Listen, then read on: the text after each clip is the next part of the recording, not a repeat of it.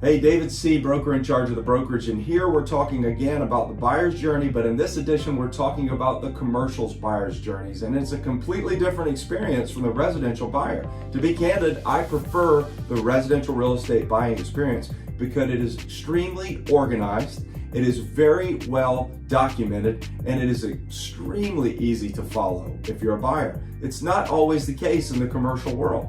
To show you and remind you that the brokerage, we are a full-service residential real estate company, we're a full-service commercial real estate company, and we're full-service business brokers.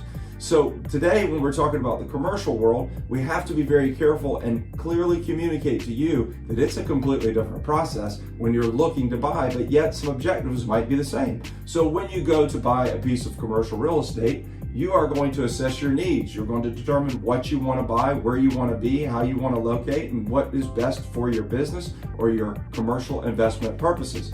Then you're going to assess the market to decide where, what market, what are the market conditions that you want to proceed on, and then you'll go ahead and you will transact after you identify the property. It sounds really clean, it sounds really easy, but what you have to do is you have to walk through that experience. So what do you need to know to protect yourself if you're going to buy a piece of commercial real estate? It's important to understand that the process could be considered similar, but it is absolutely not. Residential real estate has many more laws, mandates, and legal proceedings and realtor procedures that have to occur to walk a buyer through a transaction process. They're mandated. Residential realtors are mandated to do these things. Commercial realtors do have the same call of duty. However, the process is not as clean as predictable. I joke, I call the commercial world a little bit more of the wild, wild west. That's not to say that people are trying to be malicious and not do what's right for a buyer, but it is very different. So what does it look like? You still put a property under contract after you negotiate. So you go under contract, you get your equitable title, and you're allowed to proceed with your due diligence. Due diligence is the most critical part when you go to buy commercial real estate. It can be simple or it can be complex, but it is going to come down to the skill of the broker and the buyer to know what to ask, when to ask, and how to go about getting comfortable with the asset before they proceed to close on the property. You have to know what things to look for. Is the soil clean? Is the actual structure that you want to buy, does it have structural integrity? Is there something in the building that needs to be further investigated? You could look at the residential process and you could say, well, we do a home inspection. That's great, but it is very hard to find a specific commercial inspector.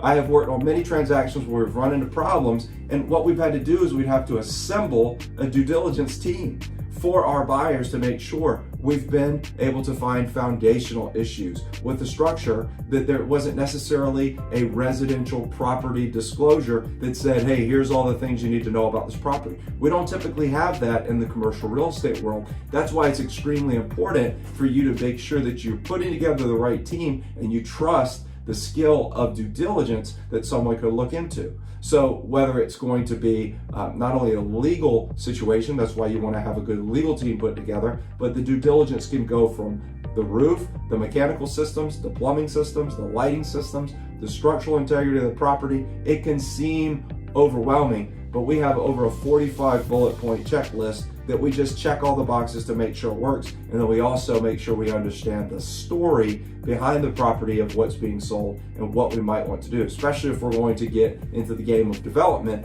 What is the property entitled for? What is the zoning? What is the use? How are we going to be able to do that? So the due diligence process can be simple or it be complex, but you have to know how to adapt and what questions to ask. Then you're ultimately going to live by the agreements that you've created with the contracts that you've written, right? In the commercial world, we can sometimes start this in a letter of intent.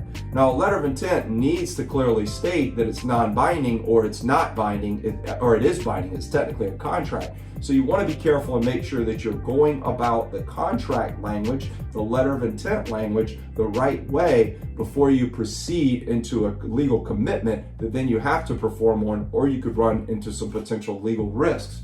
So after we get our agreements and we understand the scope of work, the scope of the agreement, who's doing what on the buyer side, Who's doing what on the seller side? Are there tenants in the mix somewhere? How do we convey those leases? How do we protect those leases? How do we not upset something inside of those leases? We have to make sure that we abide by that on all of the agreements that are mixed into the situation. Then we still have to worry about some things if there's going to be some debt tied to the property for the purchase, still the appraisal and the funding that can occur on that, and then ultimately walk to a closing. So I want to say the processes are similar. They absolutely are, but they are very different. And you have to know what questions to ask, especially if you're going to walk into a historic investment. You have to be very careful. It depends on what part of town, in your markets, in my markets, wherever we are, you have to work about that same way. But the call as a commercial realtor is the same. It's to protect the public and try to get as much information on the table as possible so that the buyer doesn't have buyer's remorse, the seller understands that exactly what's going on, and then you have a successful transaction. Everything gets recorded the right way and people are comfortable with what they've purchased. So the process can be very similar, but it is absolutely a very different animal, and it is very important that you go about it and find it the right way. So that's what you need to know if you are going to buy a piece of commercial property. If you have any questions, please don't hesitate to ask. We'd be more than happy to answer your questions. Even if you think it's a simple question or you don't want to bother us, please, by all means, we love what we do here at the brokerage. John and I are very excited about helping people. Yes, we help commercial buyers find property, and we really make sure they do a good job on commercial due diligence. Thank you.